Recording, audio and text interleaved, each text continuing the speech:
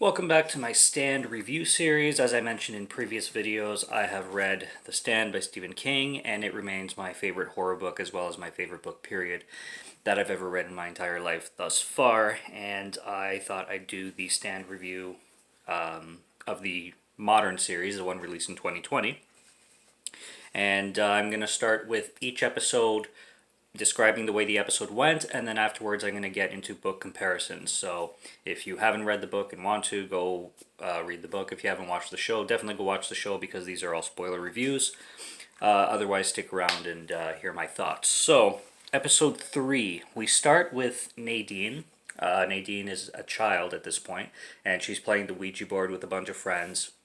And during her experience with the Ouija board, she gets connected to Randall Flagg, and Randall Flagg has been in her head and in her mind and in her visions ever since. So this has been a long time coming where she's been connected to this entity of Randall Flagg, whether he's an entity or human, pretty much an entity at this point from how the show is going.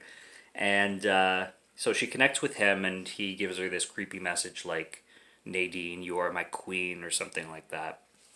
And then we go forward to her in modern day, played by Amber Heard, and we show a little bit more anyway, of the relationship between her and Larry Underwood, and how they met. So Larry Underwood basically met up with her, I believe, somewhere between Pennsylvania and Boulder, somewhere closer to Pennsylvania.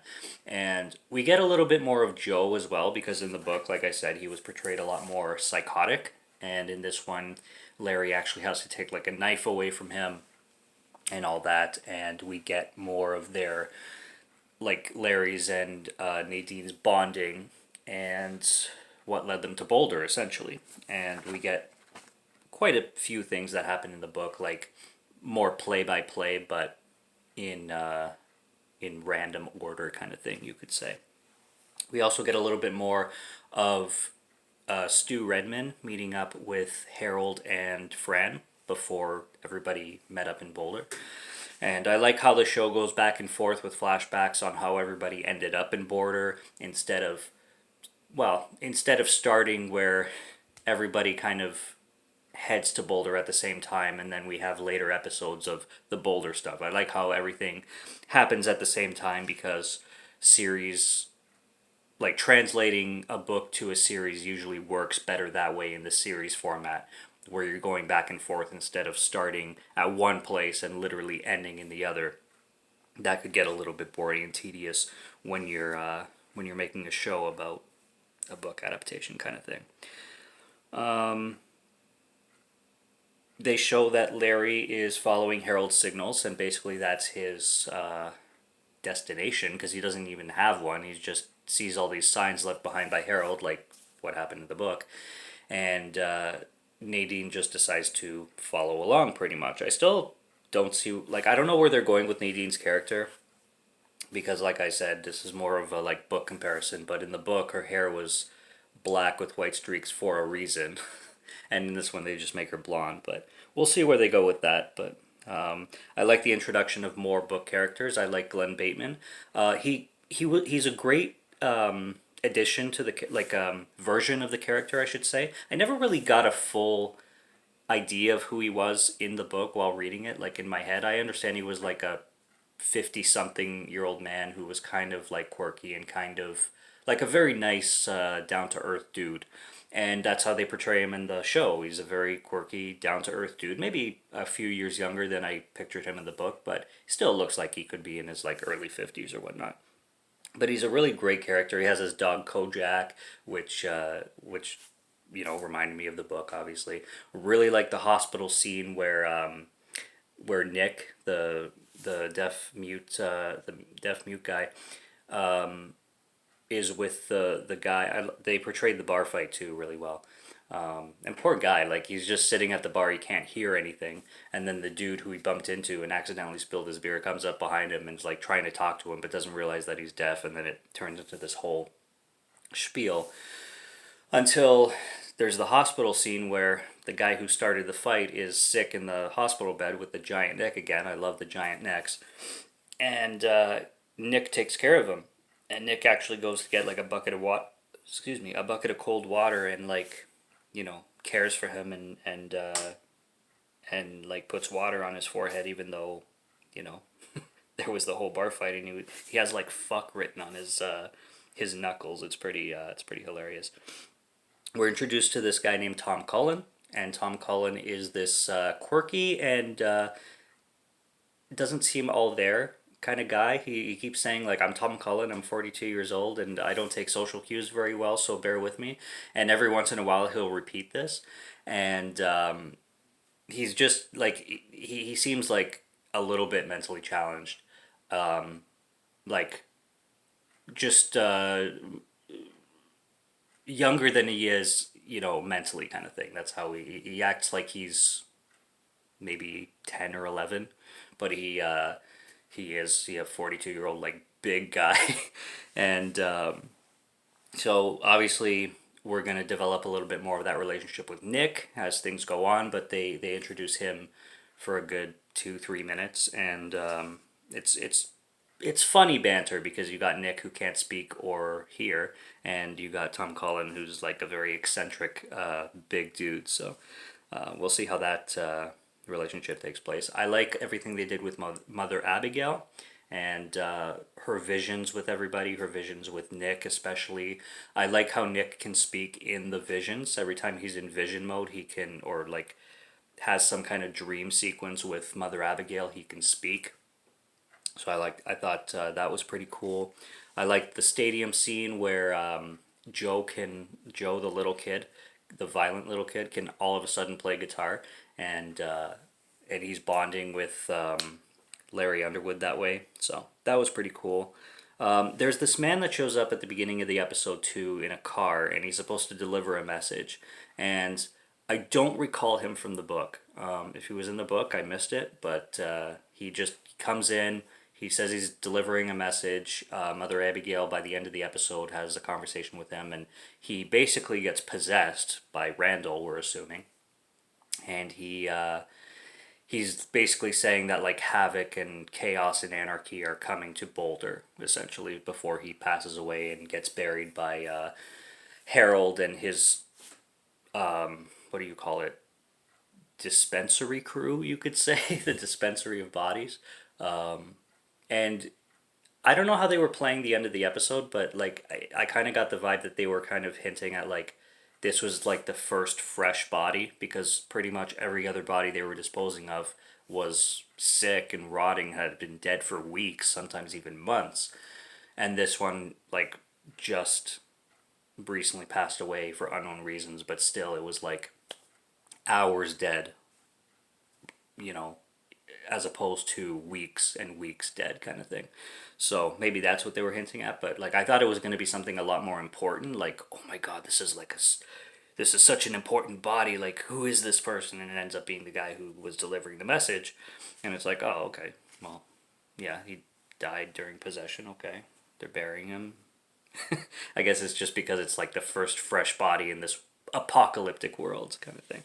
So cool episode, shorter episode, short and sweet, and I like the introduction of the new characters as well.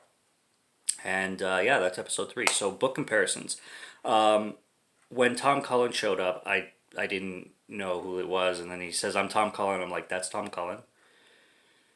It was just the most surprised Tom Cullen. In the book, Tom Cullen is a like very pale, blonde haired kid, scrawny kid, like 20 max. I think he was probably like 18 or 19. And this one, he's a 42-year-old huge guy. And his quirks are kind of the same. I don't know, like I didn't, he kind of like, it seemed more forced. I just didn't see the translation of the character that I had in my head when I was reading the book compared to the Tom Cullen that we got in this series. So Tom Cullen is definitely one of the most different characters that they introduced in this show, compared to what I had in my head in the book. And for good, for better or for worse, I don't know. I don't know because I have to see more of him. Maybe it'll be a better rendition of the character, but it's super different. Glenn Bateman, on the other hand, like I said, I didn't have a very clear perspective of him in the book, but he definitely fits that quirky character, and he definitely fits that friendship bond that he has with Stu. I love him inviting him to the house. I love his paintings that he does, and I love how he paints pictures of Abigail and Fran, a pregnant Fran, lo and behold, even though he's never met these two people, and this kind of gives Stu a hint that he's having the same dreams because this show is obviously, and this book it obviously plays a lot of dreams and visions. The Shining obviously has a lot of references to. Did I say The Shining? The Stand. The Stand obviously has a lot of references to The Shining. The Shining, as in The Shining.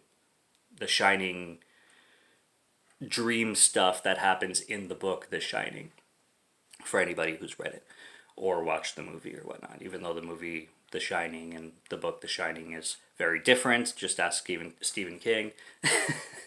But I like I like that I like that addition, and I like how they play with it in the show and translate it to the show from the book. The whole visions and stuff like that, and how everybody's like having the same dream.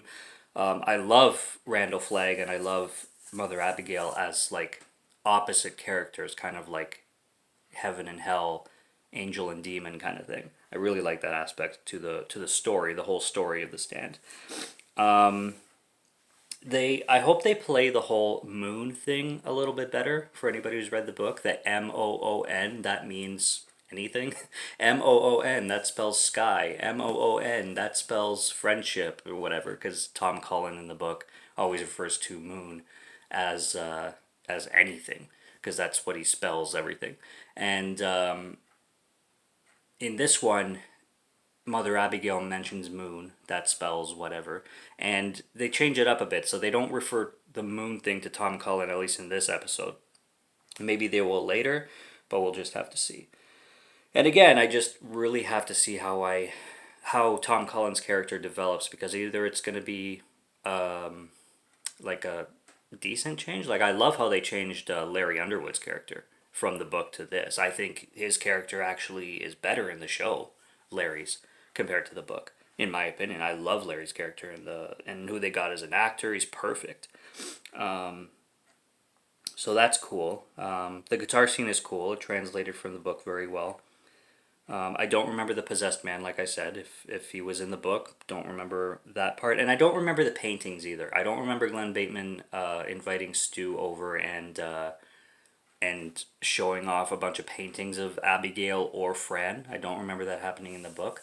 Another thing I don't remember happening in the book is when Stu meets Harold and Fran, and Harold like freaks out, not trusting Stu, and just wants nothing to do with them, and she's all like, you can go with me, who's saved your life for the last few weeks, or you can go with him and not even know if he's Jeffrey Dahmer, and all that. I don't remember in the book them splitting and then coming back together. I remember in the book them meeting and staying together. Or Franny at least like convinces Stu to stay, or convinces Harold to let Stu stay, and then Harold and Stu have the beef with each other and they can't stand each other. But when they meet, they stay together, the three of them, and go forward. I don't remember them splitting up and then coming back together, as the show is implying.